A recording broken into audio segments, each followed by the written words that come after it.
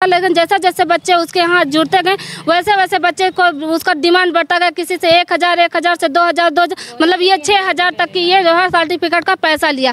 और जो है बच्चों का जो है निःशुल्क यहाँ से गया, कहा कि मैं जा रहा हूँ वहाँ पे मशीनें लेने, और कहा कि सुपरवाइजर के लिए जो डाली थी बच्चियाँ, वो कहा कि आप लोग का 19 तारीख को पेपर है। न्यूज़ 524 के सभी दर्शकों को नमस्कार। ये अयोध्या जिले का गोसाईगंज कोतवाली है और हमारे सामने काफ़ी संख्या में छात्राएं खड़ी हैं। इनके साथ में इनके गार्जियन हैं।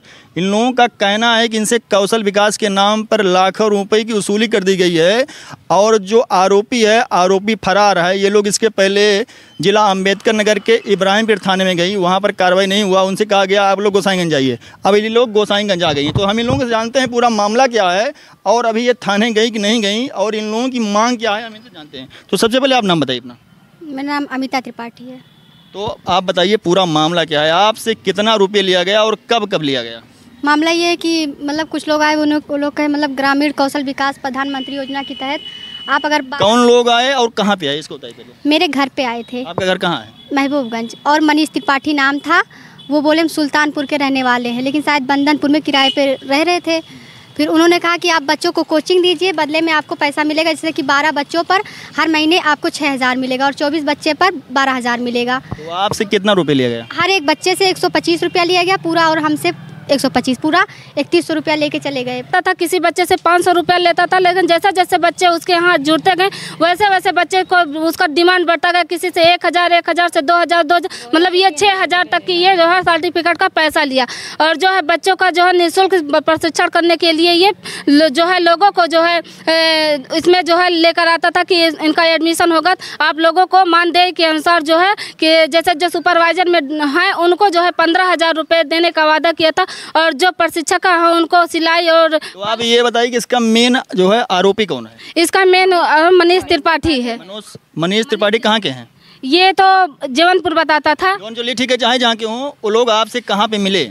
ये हमारे यहाँ गांव में आया था और बताने लगा कौशल विकास से जो है आप लोग जुड़िए, आप लोगों को ये जो है फायदा होगा, लाभ होगा। जो है अब यहाँ हम लोग जो है बेरोजगार थे, बेरोजगार बच्चे। तो जैसा कि मनीष त्रिपाठी ने आया और इनके गांव में बंदनपुर में पहुंचा और आप लोगों को बताया कि आप लोगों का कौशल विकास में एडमिशन किया जाएगा और जब आपका एडमिशन हो जाएगा तो आप लोगों को 10-12 हज़ार रुपये मिलेगा।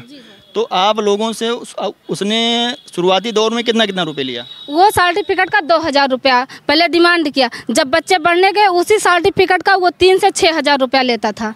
तो उसने पहले जो है कम लिया, फिर उसके बाद में उसने अपनी रकम को जो है बढ़ाता रहा। जो उसने पैसा लिया का क्या आप लोगों को कोई जो पर्ची दिया, उसका बिल दिया आप लोगों? नहीं, बिल तो नहीं दिया, वो कुछ भी नहीं दिया। और जो बच्चे सुपरवाइजर में वो बोला कि ये जो हम पैसा ले रहे हैं या आपके सर्टिफिकेट का ले रहे हैं। और जो 125 रुपये जो है सिलाई के माध्यम से बच्चों का लेता था और पार्लर के उसका जो है कह रहा था ये ऑनलाइन के तौर पे लेता। क्या इसका कहीं उसने बंदनपुर में कोई ऑफिस या जो दफ्तर खोला था कि नहीं? ये जो खोला था, ये कलंदरपुर में जो है इसका ब्रांच खोलकर ऑफिस खोलकर बैठा। कलंदरपुर में इसका ब्रांच पहले खोला था जी। तो उसके जो बोर्ड का क्या नाम लगाया था?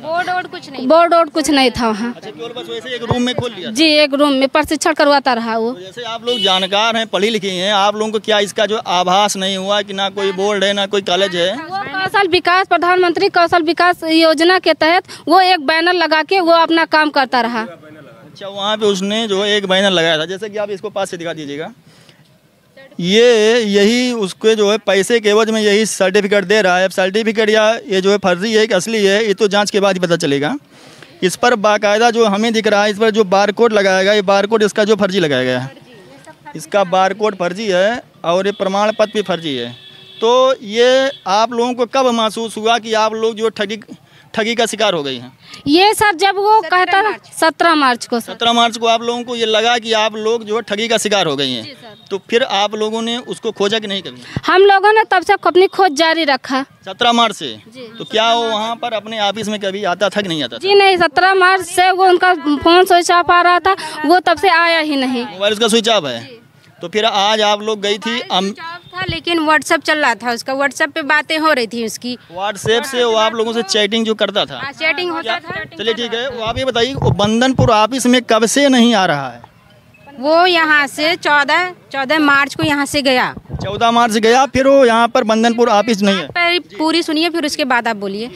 14 मार्च को यहाँ से गया, कहा कि मैं जा रहा हूँ वहाँ पे मशीनें लेने, और कहा कि सुपरवाइज़र के लिए जो डाली थी बच्चियाँ, वो कहा कि आप लोग का 19 तारीख को पेपर है, और उसके बाद वो प्रवेश पत्र वहाँ लेने गया। फिर 16 तारीख तक शाम तक बात हुई, और हमारे एक भाई साहब थे अवधेश कुमार, सारा नंबर 16 तारीख को वो सारा फॉरवर्ड कर दिया था, अपना नंबर जो भी उनके नंबर पे करता था फ़ोन, तो सारा कॉल उन पे जाता था।